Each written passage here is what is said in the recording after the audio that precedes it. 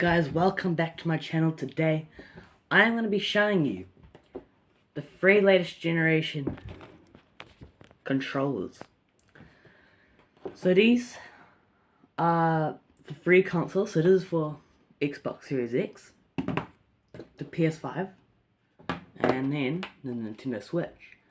So technically this is kind of like the latest controller since it's a Nintendo Switch Pro controller. They do have other controllers. But yeah, I thought I would show you guys these free generation controllers and what they're about. So, these controllers, if you buy them brand new, they cost relatively, I think it's about $100. Yeah, so it depends. Some of them go for sale, $80, $90, but the average price to get brand new is ranging to about $100 brand new. But they go on sale quite often, and you can get them secondhand. So I got these secondhand. I got all of these secondhand, and I got them pretty cheap. I got this PS5 controller, $30, and I'm not joking. I shot for $30. Got this controller. I think I got it for about $50, $40 or $50. I can't actually remember, but I think it was about $50, somewhere around there, which is pretty cheap secondhand. And I bought this with a console. I bought this with an Xbox One X, which was about $200, over $205. So, pretty cool bargains that I got. So I'm going to be talking about the differences between these controllers and what these controllers do.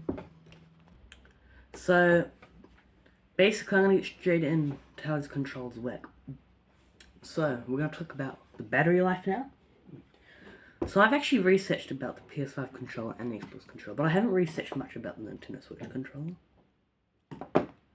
So the PS5 controller has a built-in battery, if you didn't know, and you can use a dock, USB-C as well, charge it. Xbox is similar, except it uses batteries. It doesn't have a built-in battery, sadly, but it uses batteries, and you can charge it with a dock, I think.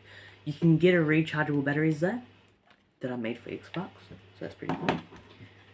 Nintendo Switch has a built-in battery, and similar to the PS5 controller, has a built-in battery, and it's got a USB-C that you can plug it in as well. I'm not sure if you can get a dock for it. I think you can get some sort of dock to charge it, but that's pretty cool. And I'm going to be showing you guys how the textures work on these controls. So the texture on here, pretty good. This is the PS5 controller, and yeah, relatively is a good texture and a good grip. So when you play Xbox Series X, I'm going to be honest, I think the Xbox Series X controller wins the grip because it is so grippy. Like, you can even hear it. That is a grip that you can hold on. So these has really good grip. The PS5 controls good grip, but the Xbox Series X, I think it's got a win the grip for this one. So that's pretty cool. And then the Nintendo Switch grip, it's got a little bit of grip here, not much. So if you're playing, as you can see, it's got a little bit of just grip pads here. Not too much grip, but I guess enough grip to actually hold on to it. So that's what I like about this controller. It has enough grip and it's really reliable. You can hold it on. But yeah, not too much grip. Just kind of like plastic. As I said, yeah, a bit of grip there. Yeah, but you can hold it on pretty firmly. So all of these controls are actually designed really well. And these are kind of like the top controls that you use. So that's pretty cool. Now I'm going to be showing you the triggers and everything in these controls. So, the PS5, you can see the back triggers here, quite solid, and then these are the back triggers, these are the front ones. The back triggers, quite smooth, just the same, pretty similar to the PS4, when you got the D-pad, and yeah, they're quite smooth. So these got the triggers and yeah. The Xbox Series X, pretty similar, but actually not really similar, but you click on it, just quite solid, and yeah, obviously you've got the triggers here. Not too loud. Yeah, it's pretty cool. So the PS5's got adaptive triggers. These ones have just normal triggers, but they're still really good. They're still comfortable in playing, so that's good. Nintendo Switch controller, well, the Pro controller. So as you can see, they're pretty much just buttons. You don't even, if you compare it, right, this actually goes down normally, like you can just push it down. This one, you just click it.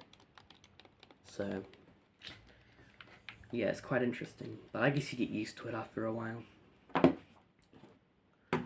And so yeah, those are the controls. Obviously D-pad. So now I'm going to be talking about how to go back to the menu and how everything works. So the Xbox controller, we're going to start off with that. So this has got a share button here. This is to go back to, well, this is to turn it on, go back to menu. That's the map, if you want to go to map, and that's the settings. Should go back to settings. Nintendo Switch. You can turn on the Nintendo Switch by just clicking on this home button here. This is a screenshot, so I think you can share to people, I'm not too sure. And obviously the settings and the map and stuff on there. And the PS5, a little bit different. We've got a D-pad, and you click on this D-pad, and it goes to the map in the game. That's the settings, and that's the share button. So pretty interesting. And this PlayStation control button is to turn it on, and of course we've got a mute button as well. So double for the PS5 controllers. I really like about the controller. And for the buttons,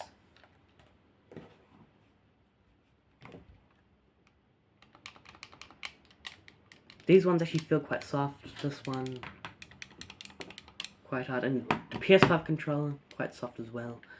But you know, they all have different letters. So you can see the letters there. That's for the Xbox controller, the Nintendo Switch controller. You can see the buttons there. And then these ones are just a square, triangle, circle, and the X button. So yeah, pretty cool. But yeah, that's pretty much it for these controllers. All of them have their own benefits and own cool things, special features in their own way. But yeah, we're gonna go straight up now, and yeah, thank you guys for watching this video. Make sure to consider liking and subscribing because it helps the channel a lot. And yeah, some of you might ask, how do I get the money to get this stuff, and how do I do well? Well, first thing, put God first, and ask God to provide it for you, and He will. And God has provided. This is my proof. God's provided for me. God's provided even the money for me to buy this, or even to borrow money, and then I just ask God to pay it back. But yeah, thank you guys for watching this video. I hope you learned a lot from these controls. And yeah, I've just been making a lot of videos on these controls.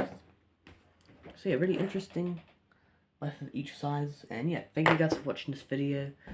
Make sure to stay blessed. And as always, God bless.